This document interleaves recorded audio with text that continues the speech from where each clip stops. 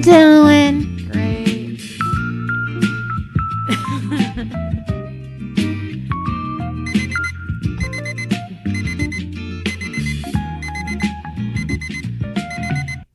You know, no matter how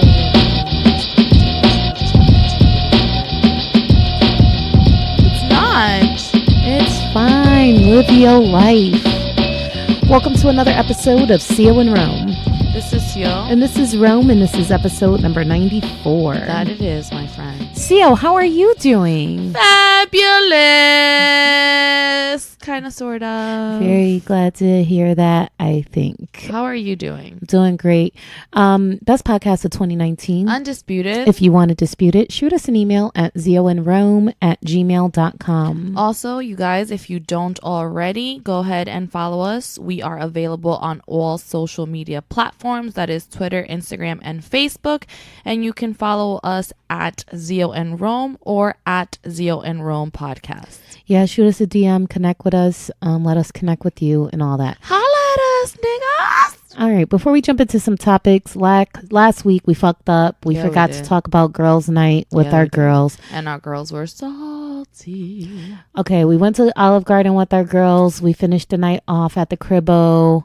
I had a really good time. I did. I had to work in the morning. We went into the pool at nighttime while it was freezing, but we took one for the team, for the ladies, because we don't get together as often as we would like. It was so Sex in the City. It was so Sex in the City. Ratchet Everybody version. was dressed up, looking all cute and sexy. I don't think I dressed up. I was just regular. I don't know what you're talking about. I don't think everybody was dressed up cute and sexy. Some were sexier than others. Yeah.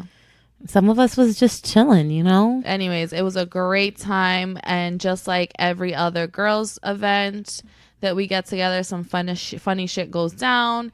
Melly busted her ass again in slow motion. Yeah. I wish she would have been up for that. Yeah. I really wish she would have been up for it. It was the funniest thing in the world. Like, you know when something's so funny that the whole group of people that are in the same room, you know everyone's laughing, but you can't hear anyone laughing. Yeah. It was one of those situations. Like, Same. even Melly that was on the floor was laughing, but we still couldn't hear her. Yeah. It was kind of like the shovel incident where I thought you died. It was like that. Yeah. I get it. Like sometimes it's just so much laughter that your body just kind of tenses up and you can't breathe. Yes. And the laugh just never gets in motion. Yeah, Amanda almost choked on her noodles. She had to like go over the sink. I thought we were going to have to like Heimlich maneuver her. But I think it's a really good idea for us to have them be our little test run for the dinner for six thing that we were talking about. Yeah. I think that would be a dope entryway to everything. Yeah, I think the dinner for 6 is something I really want to get off the ground. Yeah. Let's get on it. All right, ready to jump into some topics? Yes. Why don't you go first? Okay. Drum roll, please. Brrrrat. Seal's topics. Okay. Can being mature in a situation be perceived as being a punk? Of course. Do you think that should be bothersome? No. And I think that it's the way that you do it too, right? Okay. Because my thing is that if you are genuinely concerned about being looked at as a punk or being looked at as a pushover, you can preface the whole conversation with like, listen, I want to make sure that we're handling this in a way that's very mature, very direct, express that you're very upset about it. And, you know, like if you come into the conversation very firm but communicative, I think it's in those instances that people aren't going to look at you like you're a punk. They're going to look at you like you're one or two steps before punch them in the face if you do it the right way. Yeah. But if you're like, Joanna, listen, as of late, it's been kind of crazy. And I was wondering if we could just like talk about it, you know, because that's what we do. We talk. Then you look like a pussy. But if you're like, Joanna, listen, this is getting out of control. Don't want this to escalate to a level that it doesn't need to. So let's talk about it. Then Joanna's like, okay, this is my last chance before she punches me in the face. Or then you have like the Joannes that I feel like if you do take the mature approach, that the reason why you don't have a discussion is because you're clearly aware of how Joanna may come out the face, and then there is no talking and you may just have to punch her in the face. Yeah. So I think that like I think that's where sometimes I stand with certain situations where I feel like, damn, I don't want to seem like a punk because I'm not having this discussion, but I'm not having this discussion to avoid the punch in the face.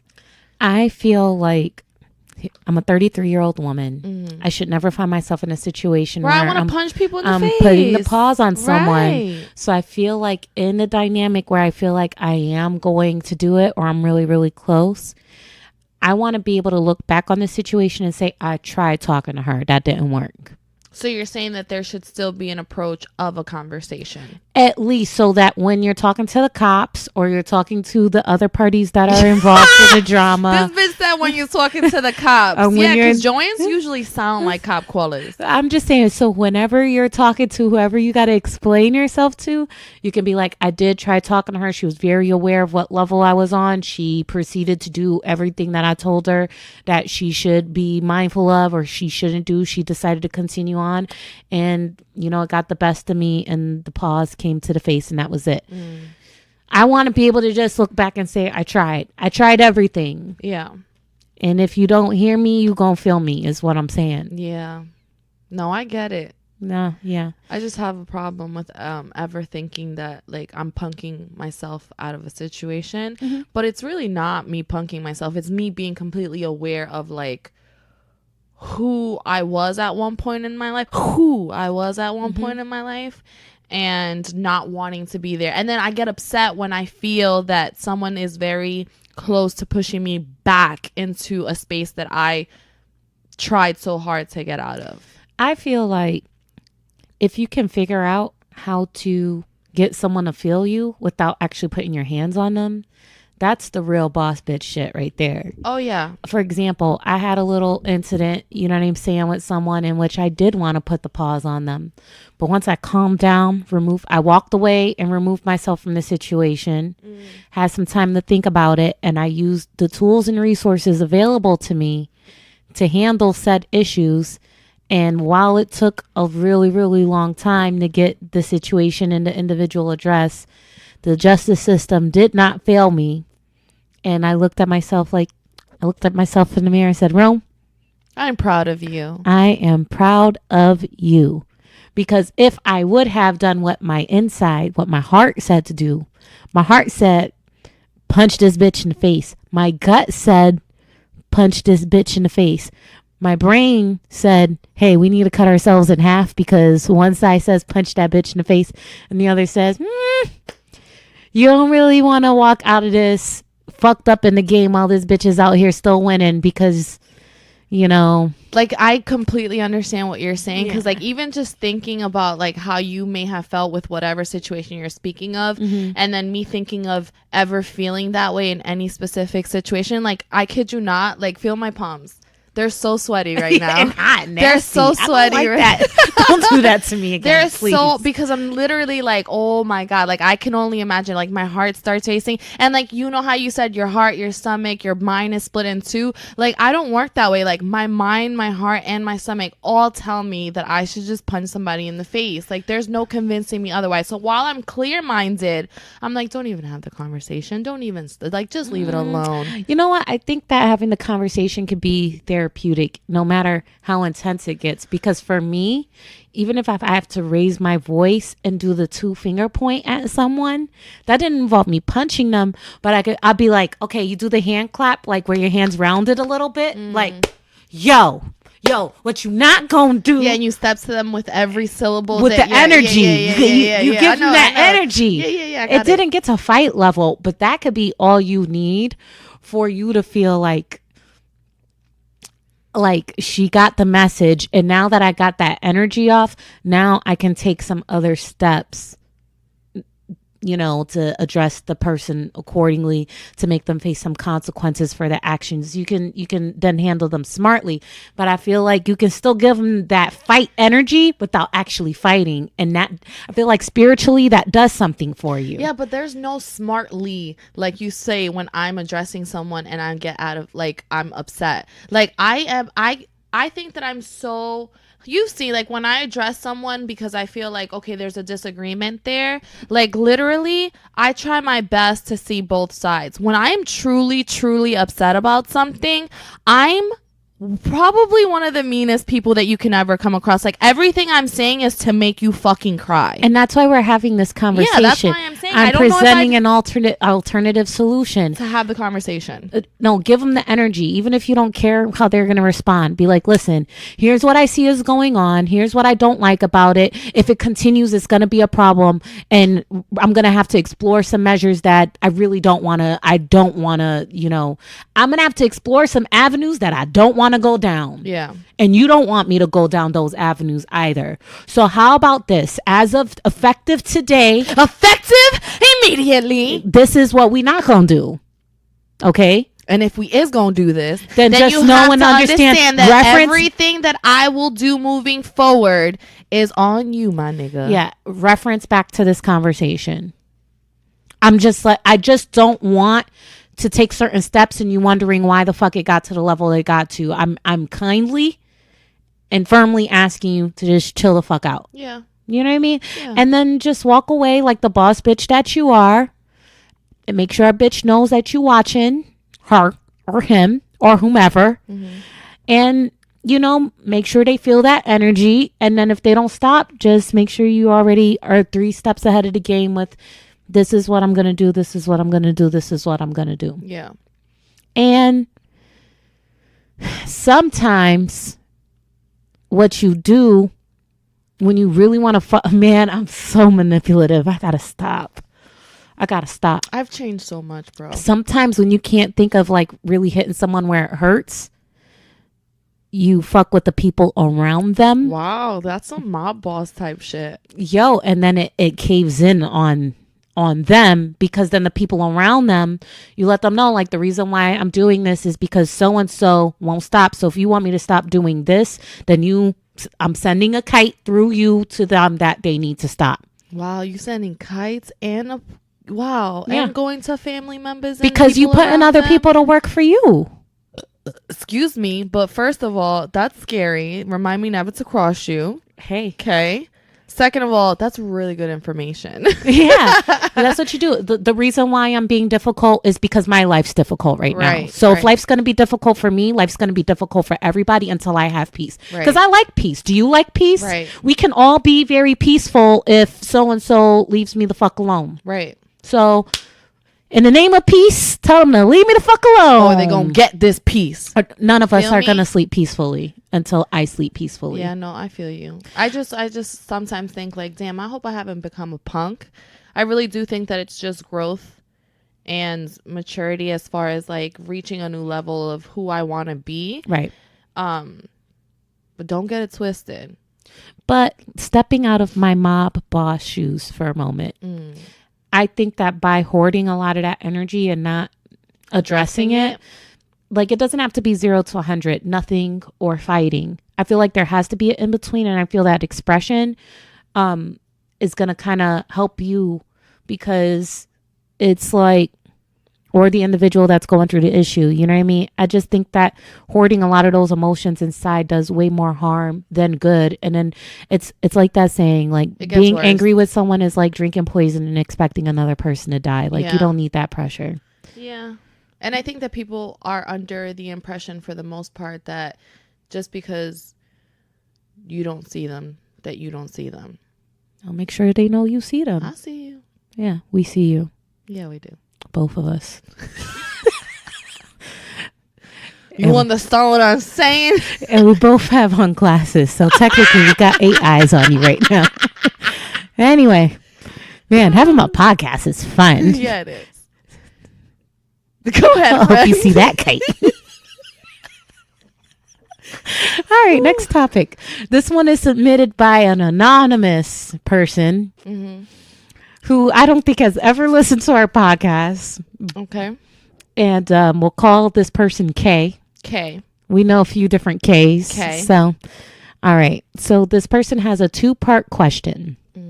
1, why don't we see more interracial couples, and why don't we see these interracial relationships last like really long term? Meaning, why don't we see them grow old and gray together? Typically, when we see elderly couples, it's same race couples. We don't see so many interracial elderly couples. Mm-hmm. I think it's not the norm as it was before to even see whether it's same race or interracial old couples together anymore. I think that people kind of like check out when it's time to check out. They don't necessarily last as long as they probably would have back in the day. That's first and foremost. Second of all, I do think that a lot of what's going on today within, would you call it a race war? I think that there's a little bit of a race war going on. Yeah. I think that tends to affect a little bit of, you know, cultural differences and seeing that and voicing it and it becoming a problem within a relationship. It highlights it and makes it a discussion exactly. point. Yeah. So then when you start to see that your spouse maybe agrees with something that you don't agree with what's going on in the media or society or whatever the case may be, you start to look at them different. Cultural differences is a real thing. Definitely. And I think that may have a lot to do with it when it's being showcased and then you bring it up and that person kind of sides with what you are in disagreement with. That can be a cause for concern. Yeah, you know, you brought up a really good point about how we're not seeing a lot of elderly couples in general. Yeah. You know, I actually had a client on Friday tell me how he was recently divorced after 28 years of marriage and he was born in the 1930s. Wow. Elderly people getting divorced. That is crazy. Well, I think that back in the day, you just wrote it out no matter what the fuck was going on. And that's the thing. I think that women are so empowered that we know that there's life after divorce and we don't have to completely rely on our spouse to where stepping away from the marriage is not that big of a deal. Not to say that it's always the woman is the driving factor as to whether or not the divorce is going to happen. What I am saying is if a man chose to leave a relationship back in the day and a man chooses to leave a relationship today, there's not much of a difference in evolution in terms of the independence of men in general. Men were always known to be capable of taking care of themselves financially, generally speaking. Whereas with women, it was like we weren't out in the workforce. We're talking about back in the 50s. 60s, you know, the shit didn't really start to pop for us until the 80s, which is kind of sad, you know what I mean we were born in the 80s and the bra burning I think started in the 80s where women started to feel like, oh shit, you know, we can work and we can provide and we can do this and we can do that. So I think that that's why we don't see a lot of elderly couples I get today, because women are like, yo, fuck this shit, I could ride solo. Okay, why don't we see more interracial couples? Interracial couples definitely exist. As to why we don't see them as often as we see same race couples, which just gets kind of tricky. Like, black is black regardless of where people are from. Right. If I see a Jamaican guy with a Puerto Rican female, which, you know, obviously. I think that's a black couple. Yeah, but two totally different heritage. Absolutely. You know what I mean? And I see that coupling quite often. Jamaican with Hispanic, I see that a lot. Yeah, me too. But I feel like I see intermingling of two different cultures, but the black versus white, we see a little bit less of it because not only are we dealing with the differences between one another in our cultures, the upbringing, the experiences. One has white privilege, one doesn't. That can get a little complicated. That could get a little intense. But when you're in an interracial black and white couple, and I can speak to this because my first engagement was to a white man in the early 2000s, you just feel the eyes on you when you're out and about, and you find yourself in a position of constantly having to defend your relationship, regardless of how confident you are in that.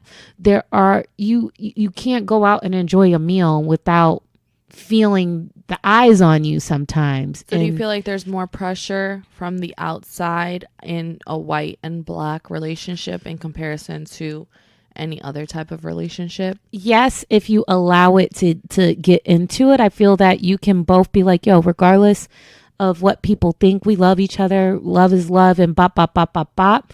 But no matter how strong and confident you are in the relationship, you can't completely block out the ignorance that may come your way sometimes. Like, if me and my white man are sitting enjoying brunch and there's a table full of black women per se sitting a few tables down from us, you know, they might be looking at us like, oh, wow, that's interesting. They may be completely supportive, or if they feel strongly against interracial couples, you know, I might overhear something or a comment or yeah. Yeah. And if, you know, I'm not mentally tough enough to bypass that, then, you know, that can get tough. You know what I mean? But I don't know. Some people just don't want to deal with that shit. The second part of why I think we don't see a lot of interracial couples is I truly think it's a tribal thing. I truly think it's tribal. And I don't think that people realize like how it's in our nature to be tribal sometimes. What do I mean by that exactly? That need for us to kind of like have that understanding with someone else. Meaning, if I'm at the gas station, I see two white guys, I see a Hispanic male, and they're about to get into a fight over something petty. There could be no racial motivation about what's going on, and the Spanish guy could be completely in the wrong, but something inside of me is gonna want to instinctively help him, just because he's part of, I identify with him as part of my own tribe. And while I could be dead ass wrong, I feel like we all have something inside of us that goes back to our roots as Homo sapiens to be tribal. I can see that. I mean, that may still come off wrong to some people. It is wrong. Because people are going to see like, oh, well, you're still seeing color. You're still seeing that. So that, if they see it that way, that's understandably so. Right. But I completely understand what you're saying, how like, it's like mother instincts. Like you just naturally behave a certain type of way because socially it's wrong. But I feel like instinctively it's hard for us to ignore that. I mean, I feel like it's in our DNA to be that way. For example, in prison, not only it's more of a social thing, but it gets very tribal in there where they take care of their own. You know what I mean? It's very segregation based. Like it's very separated and people take care of their own and they have cliques. It's like high school without the race, if that makes any sense. Think about it like this. When we look at our tight circle of friends, like most of them are Puerto Rican, and it's not that we choose. It's not that I only want Puerto Rican females as my close friends, because I have other close friends that are not Hispanic or of Caribbean origins at all. But sometimes I feel like when I try to bring my other friends into our circle of friends, I feel like they have a hard time connecting with me and my friends because that tribal instinct is so strong that it's hard for my other friends to kind of relate and connect with us because they're just, it's hard. It's an overwhelming tribal bond. Correct. However, I do want to say that I agree with you. I agree with you on that. But I do think that if we were to speak about, you know, whether it's Jamaican or Haitian or any other, you know, African-based like island or anything along those lines. Yeah, different heritages. That's a word, right? I think so. Heritages. Yeah. Why does it sound so wrong? It sounds weird, right? Yeah. It's like too many syllables. Yeah, what the fuck is going on? People of different backgrounds, whatever. Anyways, I do think that there's more, whatever. I think that there's more of a relatability with Hispanic cultures and Black cultures than there would be with of Caucasian. Oh, absolutely. Do you understand what I mean? I feel like people from the Caribbean, no matter where they're from, there's more of an understanding there. For sure. I think that culturally, traditionally, like there's very close similarities where someone of, you know, Caucasian, they may not understand the way that we look at things or the way that we do things. There's a real disconnect there. But I do want to say this, like, while there are a lot of similarities in different Caribbean cultures, backgrounds and cultures, I feel like there's very distinctive differences as well. Absolutely. But I feel like the it's similarities respected outweigh the differences in comparison, for the most part, in comparison to someone of white. Yeah. So like in being my experience with a white person, like there are very clear differences, but I always talk about this, and I know it makes me sound like a coon or whatever people want to think, but there are white people out there that truly love and embrace our culture, whether they admit it or not. If you don't believe it, go to a Kanye West concert. No, absolutely. It's going to be a sea of white. Like, there's white people that truly love what we do, and they want to be a part of it, and they want to embrace it, and they want to learn about it, and they don't feel uncomfortable being enveloped in what we do. Like there are those who enjoy that, and I feel like my issue though is like if a white person wants to be with me and he only embraces me but he doesn't embrace my culture, I have a problem with that. So like I told you before, I worked at this one job and there was this clearly racist white guy who used to make racist jokes all the time. He was very comfortable making them about Muslim people from the Middle East. It was not too long after 9/11, so he was like super, super comfortable. And it used to bother me. And one time I heard him talking about Hispanic people, and I'm like, dude, I'm just not understanding how it is that you're so comfortable making these jokes even around me. And he was like, yeah, but you're not black complexion, like you're olive. And I'm like, what the fuck does that even mean? You're so dumb. I'm not, first of all, I'm not olive, okay? Olive is a very deep tan white person or Italian or Sicilian person. Like that's not me, bro. I'm not olive, you know? And it's like sometimes they'll only love you and try to make an exception as to why you're the token black person or the token Hispanic person that's invited to the cool white people's club, but they don't embrace and love your culture. Right. You know what I mean? And I don't know, it's those little differences, but ultimately I feel like love prevails. I feel like if you are the couple that's willing to love someone regardless of your background, and you guys can figure out how to make it work, and you guys are fully prepared to defend your love to anyone that steps to you, I feel like it could definitely work. It could definitely work. But yeah. I think that one thing that you mentioned that's extremely important when it comes to interracial relationships is the fact that you, even if there are cultural differences, you're willing to understand, listen, and not mold yourself, but almost accept the differences in culture. You can't get offended by someone calling you out on something. Yeah, I agree with that. Like if somebody was to say, listen, we don't see that it's extremely, like, perfect example. I'm not saying that all white people do this, but from my own personal experiences, this is what I can speak on. For the most part, what I have seen is that white people tend to kind of sort of feel a little bit more comfortable a lot more quicker than they should when it comes to meeting new people. For example, I've had plenty of people come into my house and open my refrigerator or put their feet on my couch after I just met them 1 or 2 times. And it's like, excuse me, like we don't do that around here. That's a cultural thing. That's what I'm saying. Like, it's not saying that like all white people do that, but they tend to just feel comfortable just because like we exchanged interactions already. I can feel like we're friends, and it's not that it's wrong. It's just not it's okay. Just different. Does that make sense though? Yeah, it's not wrong, right? Because if we look at their individual life path where they're like, hey, mi casa, su casa. We're friends. It's no harm done. We're comfortable.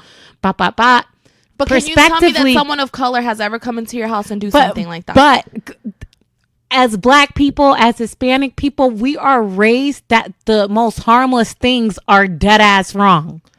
Well, with that being said, that's what I'm saying. So I feel like wrong, it comes down to perspective and determining right from wrong. Right. So that's just a segue for me to say, let's say that was to happen, right? Yeah.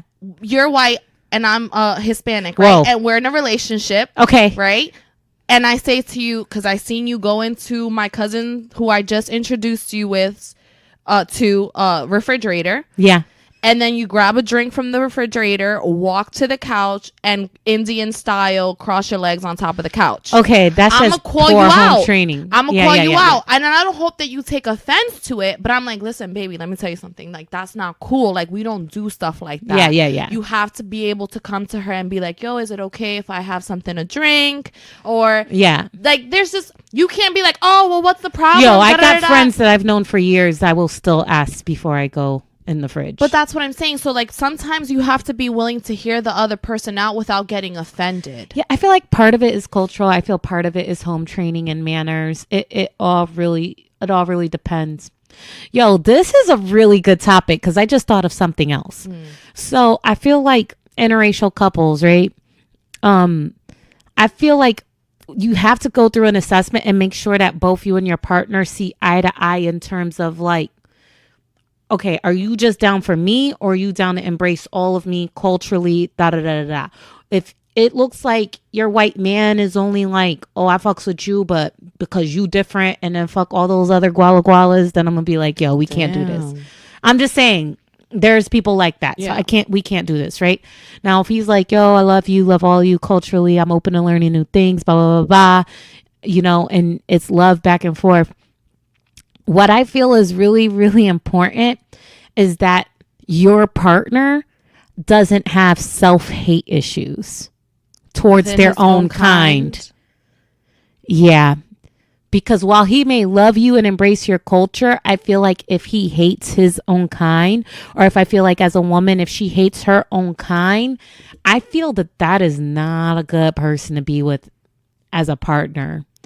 Because think about it. If you guys go on to have children, and I've seen this a lot with white male, black female has self-hate issues. And then you guys go on to have now a biracial child. And now she's not being the nurturing mother that's teaching about how this child should be proud of who they are. I mean, it leads to other problems. Yeah, identity-wise. Yeah, for that and child. Typically a person that has self-hate identity issues, I don't feel are stable enough to sustain all of the things that come with being in a cohesive relationship. Those conversations when people come to try to check you about your body, like, I just feel like that's a really, really big red flag. So I feel that in general with relationships that aren't biracial, you want to be with a partner who's just mentally sound. Yes. I feel like if you're in a biracial relationship with someone who has self-hate issues, you're choosing to be with someone who's not mentally stable. Yeah. And that happens a lot, unfortunately. Yeah, and ultimately, you know, all relationships, biracial or not, should be about growth individually and as a unit. Mm-hmm. And if learning something from the other person is offensive to you, then that alone should speak volumes about the relationship, because you're not going to learn everything on your own. If someone else can teach you something and it leads to growth, then I don't see how people can take offense to that. Right. Have you ever dated a white person? No, I've liked white persons. I've talked to white people, but as far as like it going something past that, like, no. You never kissed a white person? Yeah. Oh, okay. Yeah. Oh, really? Yes. Okay. I've slept on the same bed as them. Like, wow. Yeah. I don't know you. What? I'll show you afterwards too. He's a cutie. Oh, okay. Okay. The last one. Okay. Anyways. All right. Well, I think it's safe to say that CO and Rome are pro biracial couple, very supportive of love, no matter what it is. But that I think it's very important that certain elements of respect are in place, openness, like certain things got to be in place. And then as far as it making it a long-standing relationship, I feel like he's white? Yeah. Wow. Yeah. I can't tell. Wow. Yes. He looked more Puerto Rican than me. Wow. He's okay. Yeah. Okay, I see what's happening here. No, but I feel like any long-standing relationship, you just have to be willing to withstand the tests and the trials. And even though I have one failed marriage under my belt, this is something I will say. If you go into every relationship knowing there's going to be issues and you always task and challenge yourself to make it through the other side of those issues, you're winning all already. Yo, if you have two people together that are like, yo, we expect issues, we just going to challenge ourselves to get through it to the other side, and we're going to both try our best to explore all options before we give up. I feel like that is the key to making it long term. People give up too easily. I agree. Now, you do also have to be aware that don't give up too easily. Be sure to always fight for what you want, but also be mindful that if something's extremely toxic, it is okay to walk away. Yeah, of course. But I don't know. Like, I don't know. Me, I'm willing to hang out for the long haul and see if after a few talks about some things, if some things can shift, if there's being very effort, expressive, communicative, all those things. Like, I think that's the key, but who knows? I'm not an expert, and until I accomplish that, maybe I shouldn't speak on it further.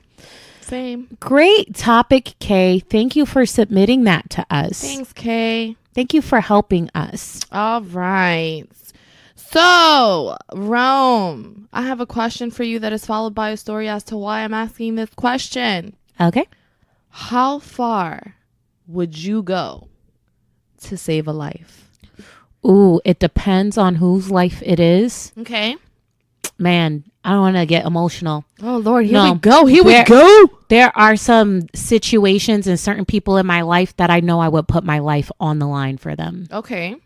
All right. I would sacrifice my own life to save a life. So, like, let's say that you see someone, like, hanging off a side of a cliff. And you're like, yo, I think I can grab them and pull them up. But it's very possible that you would go down the cliff as well. And it's someone that you're claiming you care about. Would you still do it? Yeah. I mean, depending on who it is. And do you think that there's situations that you're like, you're dumb if you do that? Is it also dependent on who it is? It depends on who it is. It's always dependent on who it is. If it's a complete stranger, I'm going to be like, hang on. I'm going to go get some help. I'm going to try to find a way to without jeopardizing see if I can help them without jeopardizing my own life. Yeah, got it. But there's certain situations where in a moment it's going to be a very hard judgment call. But if I feel 110% confident that I can save their life and jeopardize my own, I would take that risk. Now, if I feel like by trying to save their life that there's a possibility that we're both going to die, I'm probably going to be reluctant, because then that's going to be stupid. It's like, okay, both of us dead. That was dumb. But I feel like the expression, I'd take a bullet for you, there's people for sure I know I would take a bullet for. Yeah, I would say that in a heartbeat. I would definitely agree with you on that. Like, even like supernatural, like it wouldn't even be a thought in my head to be like, oh, should I do this? It would just be like, boom, I'm doing it. And it doesn't even need to be someone that I specifically have a super tight bond with. Like, yo, if someone ran up in this house right now and your son was in the way, I would jump and take a bullet for your son. Don't get me wrong, I love Xavier, but me and Xavier one-on-one aren't on like that type of level. Like, I don't know his favorite color. Right. You know what I'm saying? Yeah. But because he's a child, because he's your son, and if I'm in a space where I can save your son's life by sacrificing my own, I would do that. For sure. He has his whole life ahead of him. And I don't think I would be able to live with myself knowing that, oh, if I would have just did that, like. Bitch, let me tell you, like, this is actually going to be really funny because we talked about it, but not as extensive as I'm going to right now. Okay. When I thought that Jax like left the house, I was so close to crying because it wasn't like, oh my God, the dog, like, because in my head, like, you know how I feel about dogs. It's just like, oh, like the dog ran away, we'll find him, like we'll put up posters or something. But the thought of seeing you cry because your dog wasn't in the house had me flipping the fuck out. Oh shit. Yeah, I was like, my friend's gonna cry, she's gonna be so sad, she loves this dog, like where the fuck is the dog? I'm like driving around the block, bitch. It's so crazy looking in people's backyards. Drive back to niggas underneath the bed. Yeah. And I'm not like, it's not like, because clearly it's not like I have a bond with Jax. Like, I care for him as a dog, but it's because of his connection to you and how I knew that it would make you feel if you lost this dog. Yeah. Like, that scared the fuck out of me. Yeah. But things like that. The story behind this, though, is I was actually at work. This is actually so stupid and so funny all at the same time. So I was actually at work, and some guy ends up walking in that works there. I've seen him before.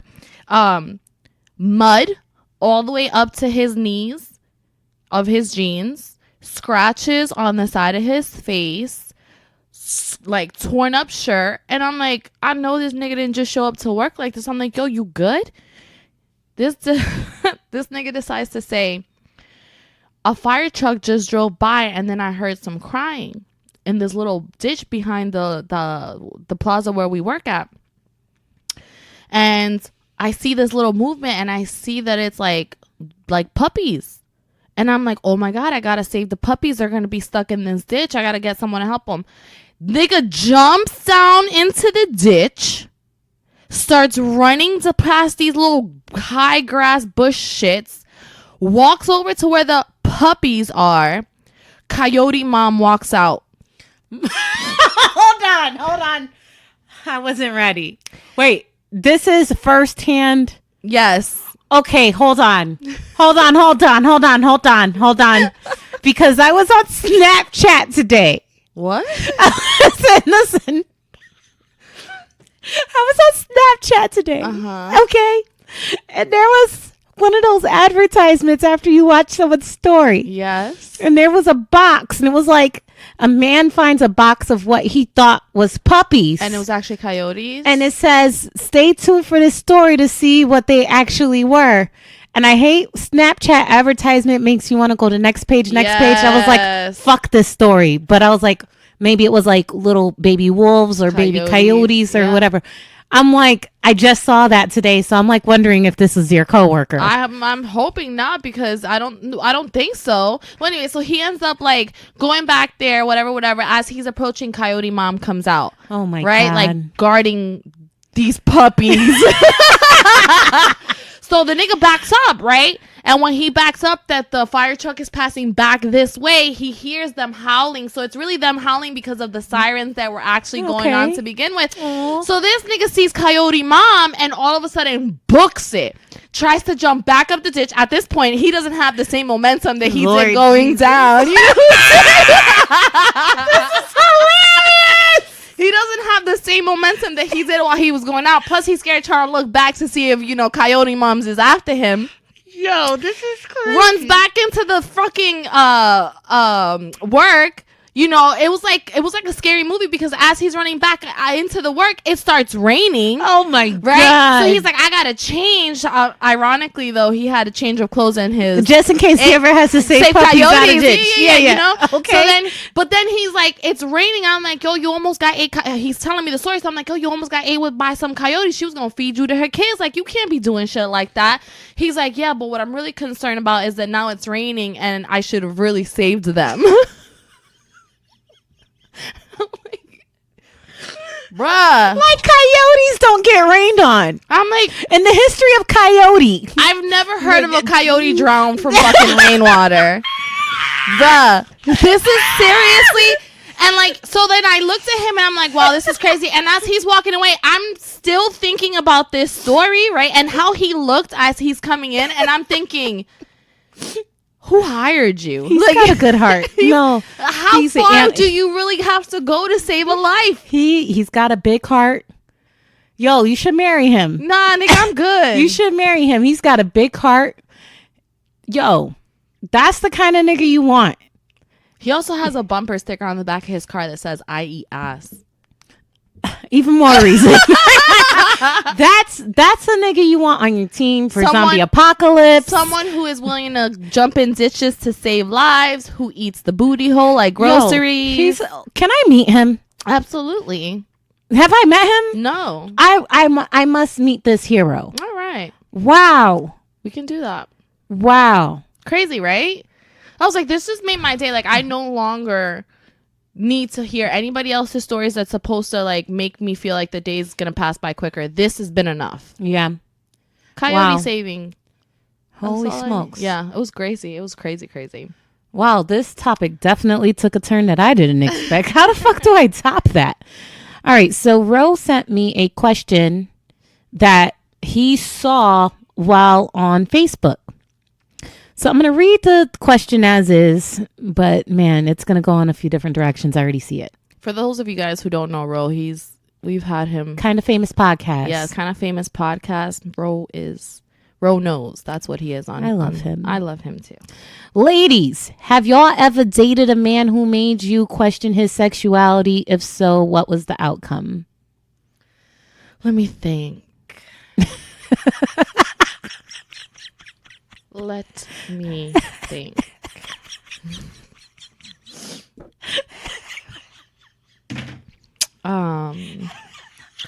No.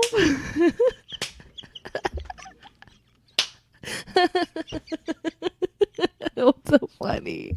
What's so funny? What's so funny? Like, I was cleaning my glasses while she asked, guys. So as I was slightly like taking my time to put them on, I was like, let me think. I can't. You know, you're gonna pee yourself? Yes. I want to forfeit this topic. No. I can't do this one. I'm done. I'm roasted. My abs. Listen. So I don't think that I've ever had a situation that I've been in a of someone who I've been in a relationship with that has made me question their sexuality, but I have been around people, not that I've been in a relationship with or in a sexual relationship with, that have made me question it. Like, there's definitely been friends, family members that have done or said certain things where I kind of like give them the side eye, not because I care if you want to be curious about something or if you've done anything with the same sex, but almost like you clearly have never made it seem like this is what the life that you're about.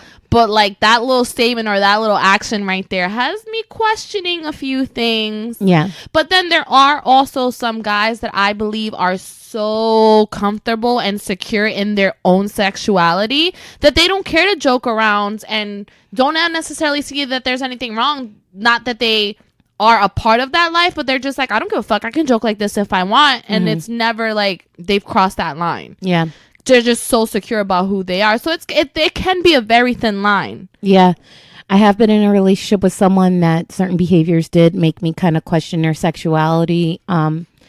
I didn't feel comfortable enough having a conversation with them about like, yo, so like, are you heterosexual, blah, blah, blah, blah, whatever the case is. But what I feel is a good thing to explore with your partner, well, this is going to really sound stupid. A lot of us women have endured some sort of sexual abuse as an adult, as a child, whatever.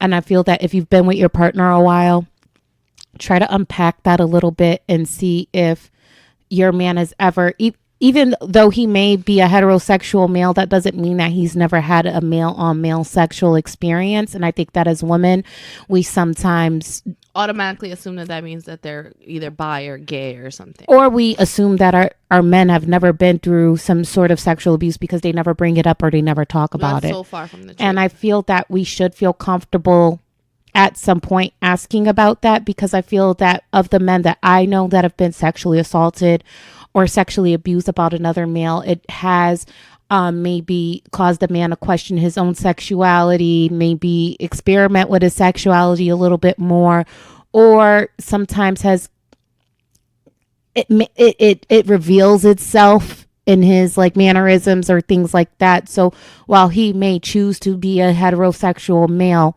it doesn't delete the fact that he has had male on male sex in the past, whether it was by choice or not. And I feel like that may be a entryway for you to get to know and understand your partner a bit more and to make them feel comfortable enough to share that with you. Now, my thing is that as women, if we do find ourselves in a space where we are comfortable enough talking to our men about their sexual past and their sexual history as it relates to same-sex sex, I feel that we should hold ourselves accountable to not condemn them or make them feel like they're dirty or they're mean or whatever. And if we make a decision for ourselves that we only want to be with heterosexual men, that's fine.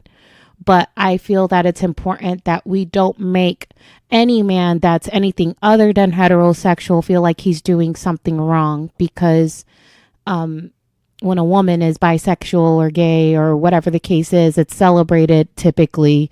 But when a man does it, I feel like all of a sudden he becomes a villain, or it's seen as sexy in comparison to how it's viewed upon a man. Yeah, and I think that's a double standard that's not necessarily fair. I think that men should feel more comfortable standing firm in their sexuality, and a lot of men out here are not comfortable being open about their sexuality because often when they do, they're made to feel like they're doing something wrong. Now, do you believe also that there can be, situations with men that they're not bisexual, they're not gay, but you said their mannerisms may sometimes come off that way? Do you think, because I believe so, that if a man is raised by nothing but females and has a large group of female friends in comparison to male friends, he may naturally pick up on those mannerisms, and it has nothing to do with his sexuality? Yeah, I think that's possible. I think that that's very possible. I feel like regardless of who they're raised around, I mean, I just feel like, for example, there's this one kid that I met. He was raised in Spain, and Europeans, they move a little bit differently. You know what I mean? They're very, I don't know, they're really not big into like being muscle heads. Like the guys over here are masculine. Like they're not really, they're on a different level, so they can feel comfortable with it. They could be viewed as what we call metrosexual. Mm-hmm. You get what I'm saying? And that has absolutely nothing to do with them being raised by women or not. But I don't know. It could be cultural differences or just a personality thing and doesn't speak to sexuality at all. I have a former boss of mine who actually, this is some guy like you never want to get into an argument with. He is very like, man, he is a very, how would I describe this person? Definitely speaks his mind, and he doesn't give a fuck what anyone. Yeah, he's very blunt. Doesn't care what anyone thinks about it. But if you looked at some of his hand mannerisms, his diet, the way he dresses, some things, it's like he definitely falls into the metro area. Mm-hmm. And when at first I was wondering if he was, homosexual, which it wouldn't have been an issue or whatever, but I have come across several instances where I know for sure that he is very attracted to women. Now, it doesn't mean that he's never been with a man or isn't bisexual, but I just feel like he could very well be heterosexual and just have these dainty little qualities here and there. Yeah, which is like, well, who cares? Like, that's also like when you see certain men that don't sit like with their ankle to their knee the way that men normally sit, and they actually cross their legs like women because it tends to be more comfortable for them, from what they personally say. People are like, oh, why is he sitting like that? To me, I'm like, why does it fucking matter? Yeah, I think that to summarize my thought on all of this, I have to do it in two ways because now I have Ratchet Church in Rome, right? So people talk about like homosexuality and the way Christians view it or whatever. As a Christian woman, I'm not here to condemn homosexuals, okay? Sin is sin as it relates to the word of God. And I'm not out here being the sin police because I be out here sinning is all I'm saying. So that's that. But to address it in terms of like from a social situation, like I think if people focused more on what you're doing personally, what they're doing individually, and focus on just conducting the right behaviors within their own relationship, like they don't have to worry about what everyone else is doing. Facts. If it works for you guys, if it's love, if it's acceptable, if you and your partner are comfortable being open and honest with one another about your sexual history and your past and all those things, you've already won. Exactly. I feel that the only issue I have when it comes to determining whether or not your partner is hetero or homosexual or bisexual or queer or whatever you want to call it is don't rob your partner of the choice to be with you regardless of your sexual orientation. And by you hiding that and potentially living a double life or being on the down low and doing things behind their back, now you're robbing your partner of a choice. And I feel like that's like an ultimate relationship crime. So this is to encourage everyone to live in their truth of who they are, and then holding ourselves accountable to be open and understanding when our partners do feel comfortable enough sharing certain things about it. It doesn't mean you have to stay, but treat them like a human being and not like a villain. You don't want someone to have to hide who they truly are because of the fear of how you may choose to treat them moving forward. You can ultimately treat them with the most respect, and like you stated, leave. That is your choice. You have a choice, but don't rob them of their own choice as well. Yeah, like I feel like people get mad because they're like, oh, you ruined this perfect love picture for me, and now I'm angry and I'm taking all that anger out on you. That's your problem. That's your picture. But that's a really fucked up way to handle it. It's like, first of all, I really appreciate you letting me know that you enjoy getting dick down as much as I do, but that's really not what I'm looking for in a partner. I would love it if we could still be friends, or maybe we can't be friends. This works out for you. I really hope you find someone that's going to be a better fit for you. But kudos to you, and I'm proud of you for feeling comfortable enough for sharing that with me. Keep walking in your truth. Yeah. Yes. Now that's mature. Yep. Ain't no punk in that either. And ain't no pause in that either. Okay. You got anything else? Yes. I wanted to discuss some required reading material that you may have had in high school. Oh, yes.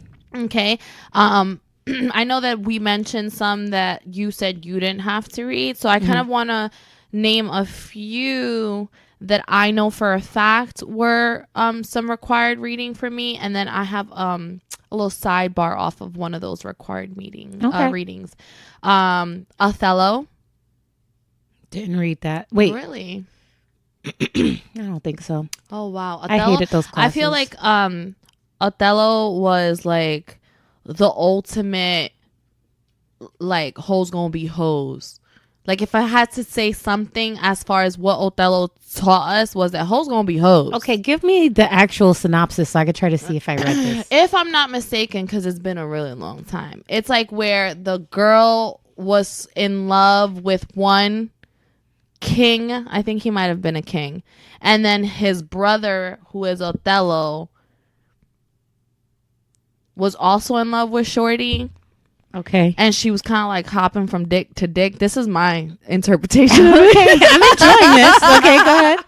And like he ended up like either killing her or killing himself because of the betrayal that was going on. Clearly, Shakespeare write this? Mm-hmm. Oh wow, I was about to say this sounds very Shakespeare. Okay. And clearly, there was like a whole lot more details in between back of what exactly was going on. But that's the gist of how I understood what was taking place. Yeah. Shakespeare was that nigga. So it's like hoes gonna be hoes. Yeah. You know what I'm saying? All right. Wow, good guess. That does sound like a Shakespeare thing. Lord of the Flies. Amazing. That was a required reading for you? Yes. Okay. To Kill a Mockingbird. Don't recall. Oh. And last but certainly not least, The Scarlet Letter.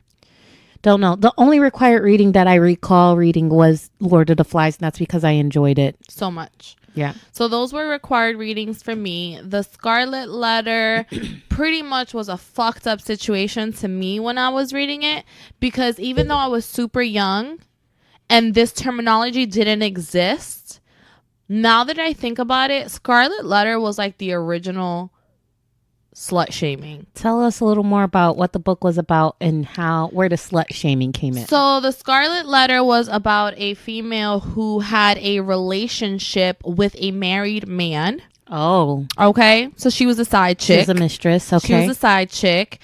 And they ended up finding out that she was the side chick. And back in that time frame, like back in the day, if you were to be found out to be the side chick, the whole town had you. The whole town, It was a rule that you had to wear a scarlet letter, and you had to walk around with this scarlet letter. And for example, it was an A for adulterer. Wait, so meaning like it's like branded into your clothing, skin? into your clothing. Into your clothing? Yeah, like you had to wear this. Wait a minute. This is hilarious. This is hilarious. Because think about it's it. Like the so I'm the mistress. David or I'm the mistress, and then someone steps to me. All right. As of today, you must wear said scarlet letter. I'm like, fuck. Okay, my bad. So do I take all my existing clothes to like an embroiderer and have them, or you embroider it yourself? Because if you don't, if you're caught without it being wearing the letter, you can get in trouble, like punished by like whether it's, you know, whippings or I don't know, cutting off all the head. I don't know how they did it back in the day, but you can get in a lot of trouble. Wow, I didn't know that scarlet letter was the literal thing. Yeah, so she would have to walk around and like guys would look at her disgustingly, or they would try her because they knew that she was an adulterer. Really, she just fell in love with this nigga that happened to be married. Bitches would look at her like she was the most disgusting thing in the fucking world and would talk shit about her and throw shit at her. Like this was her life because now she's branded as this fucking adulterer when all she wanted was to love this nigga. He just happened to be married. What about this nigga? Why he don't got no scarlet letter? Yeah. You feel me?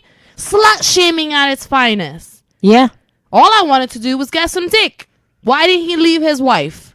Why he pursue me? I don't feel like the scarlet letter thing was like wrong, but I felt like he should be held accountable too. Yeah, like we should both wear a letter. Yeah. And then there should be a society where we all rock letters, then burn the letters and all fucking have a big ass orgy. That could work.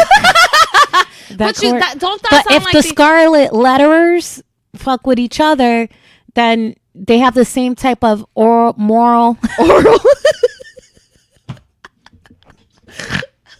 oral, moral, and ethical code. And, you know, it's like birds of a feather flock together. Yeah. Or whatever else they want to do together. That was funny. Yeah. Wow. Interesting. Now I want to read this book. It's a good book. That's fucked up. It's like, yo, why shorty? See, that's double standards, slut shaming. There's got to be something else that, you know, I can fall into this whole thing. I'm really not mad at slut shaming if someone's truly a slut. What I don't like is when slut shaming is done when someone's not a slut. So give me an example of when slut shaming is done and someone is a slut. You slept with my homegirl's man when they were married. Now I'm gonna shame you because you did some slut shit, and I don't feel bad for shaming you because you did some slut shit. That's what technically happens if it's a situation where it can be a hypocritical situation, like, oh well, so you're telling me that you've never fucked with a married man before? Whatever the case is. What I'm saying is like that's literal slut shaming, and I feel like if she's mad at homeboy too, I feel like, okay, is the pot calling the kettle black? That's a side conversation. Okay. But if the pot's not calling the kettle black, then it's like, okay, I understand why you're shaming her because she's literally a slut. Now, what I have a problem with is a woman's wearing a crop top with thong, walking down the street, minding her business. Your man looks at her. She's not fucking anyone. Right. She's not an adulterer.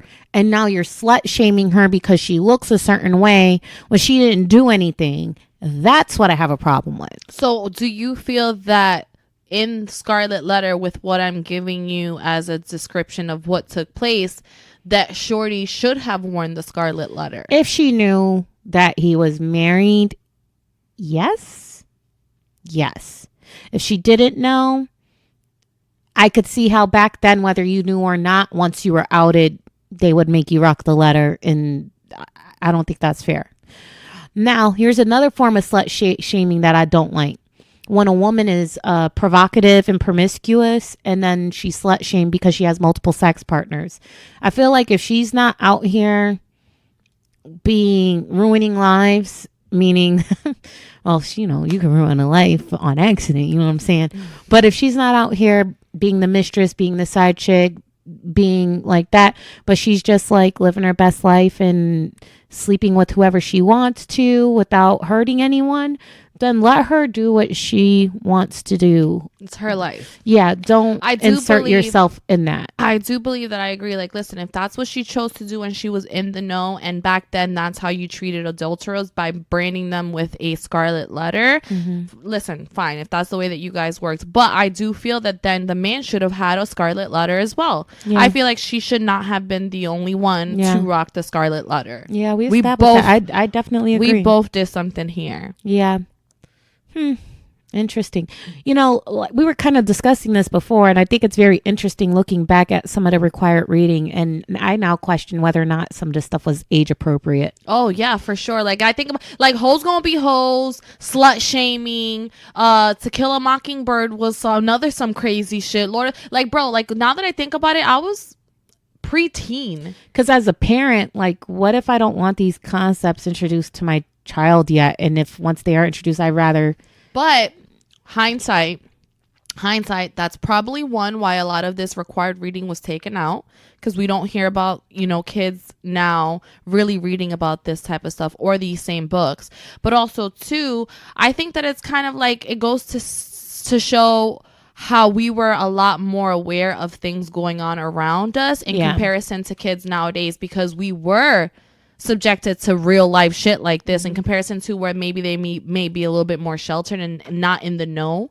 Do you think PG-13 was different back then than it is today? 100%. I feel like PG-13 was definitely PG-13, where PG-13 nowadays is, I look at it and I'm like, this is not no PG-13. Really? I feel like this should be PG-16. I feel like back then there were certain things rated PG-13 that should have been considered rated R. Really? No, I think opposite. Because I feel like back in the day, like, it was more palatable to, I feel like as teenagers, it was kind of like Grease.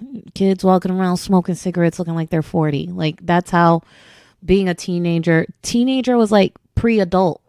Now I feel like teenagers are kind of looked more like they're still a baby. You may be actually, you may be right. Okay, look, this is how I'm going to sue it as far as a double-edged sword. You may be right, because now that I think about it, Hocus Pocus, I went to go see that at the movie theater. That was rated PG-13, and they're talking about virgins in that movie and how a virgin is supposed to be the only one that lights the candle. And I remember my cousin asking my older cousin that took us to the movies, what's a virgin?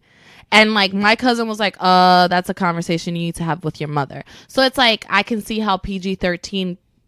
Can you really? I mean, I guess 13-year-olds as it relates nowadays, to movies, I feel like even when I watch the Avengers, sometimes they have little innuendos and jokes that I'm like, wow, they know a lot of kids are watching this movie. They could have left that joke out. But then I also see like SpongeBob, that is a cartoon for kids, have jokes where I'm like, whoa, that is definitely an adult joke. Yeah. So it's like you know, it's like hit or miss depending on a specific scenario. Faux show. All right. That's all I got, fam. Well, listen, very interesting episode. Thank you to the people who reached out to me with a couple of questions, because I really didn't have any other topics this week. Continue to send them our way, because it's hard thinking of topics sometimes. I just be out here living my best life, just living a regular boring ass life sometimes, and that really helped me this week. So keep them coming. Don't have any exciting announcements, but thank you for listening and supporting. And you know, if you really enjoy this show, I just ask that you share it with someone you know that you think might like it. Yeah, tell a friend and tell a friend, and give us feedback. And we love listening and you guys reaching out to us. Yeah, for sure. So keep it coming. All right, we'll talk to you guys later. Bye bye.